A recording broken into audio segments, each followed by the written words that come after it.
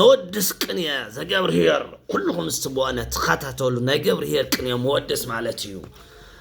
إيه تهيالان مكلت موت هكاي من مريت تصا من مقابر تصا يبيرو بعينتغا هيال رباه ورديه مكالي ازواغا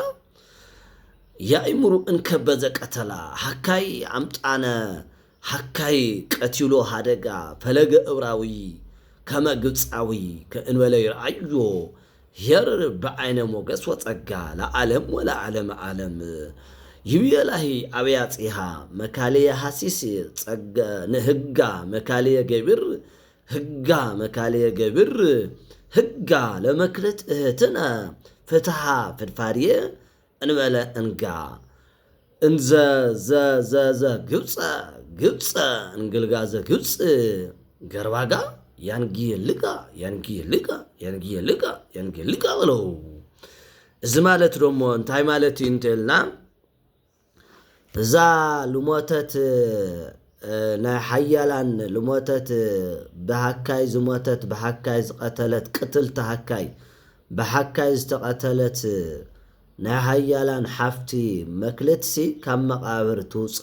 ካብ መሬት ትውፃ ይውለው ቶም ኣሕዋታ ናይ መካሊ ወለድና ረባህ ትውፃ ብዘይነትጋ ትውፃ ይውለው ያእምሩን ከበዘ ቀተላ ሓካይ እቲ ሓካይ ብዝቀተላ ምኽንያት ብምንታይ ከም ዝቀተላ ንክትፍለጥ ማለትና ብከራዲዩ ብምንታይ እዩ ከም ዝቀተላ ክትምርመር ትውፃ ይውለው ማለት እዩ እዚ ደሞ ለምንታይ እንተይልና ከሙ ለበለም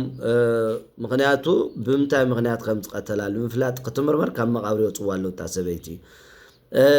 ቀቲሉ ስለዚ ሓደጋ ከምቲ ግብፃዊ ሞይቱል ተረፈ ከምኡ ሰብ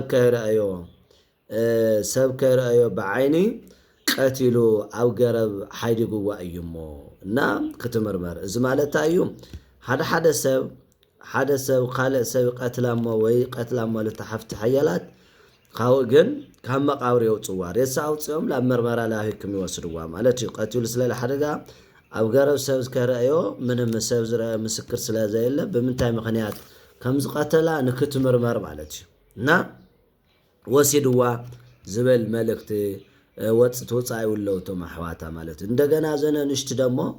ደቃንስትዮ ደሞ ታይያለ ለደቃንስት ይበላ ሃብያጽያ መካሊያ ህጋ ዝደልያ ህጋ ናይ ምድላይ ዝኮና መካሊ አንሽቲ አርክታ ደሞ ሕጊ ንተሓፍትና ብዘይ እንድዒ ምብማል ብምብዛሕ ፍትሒ ለሓፍትና ይግባእ ይብላለዋ እዚ ደሞ እንዘ ግብጽ እንግልጋ ግብጽ ገርባጋ ናይ ግብጽ ገልማሳ መንሰይ ናይ ትግምስ መንሰይ ማጉረምረም ከምቲ ማጉረምረም ኣብ ግብጽ ዘጉረምረሙ ከምቲ ኣብ ግብጽ ዘጉረምረሙ ከምቲ ኣብ ግብጽ ዘጉረምረሙ ኣብ ግብጽ ዘጉረምረሙ ከምኡ ሕግ ለሓፍትና ይግባእ ይውላ ሕፍቲ ለሕግ ለሓፍትና ናላ ናጉረምረማ ይናገር ኣለዋ ማለት እዩ ስለዚ ዝንሶም ለወርቅ ደሞ ለዛ ሓፍትና ምብዛሕ ይግባእ ኣላላ ናብተን ሓሙሽተ ለለዎ ተሓዊሳ ማለት እዩ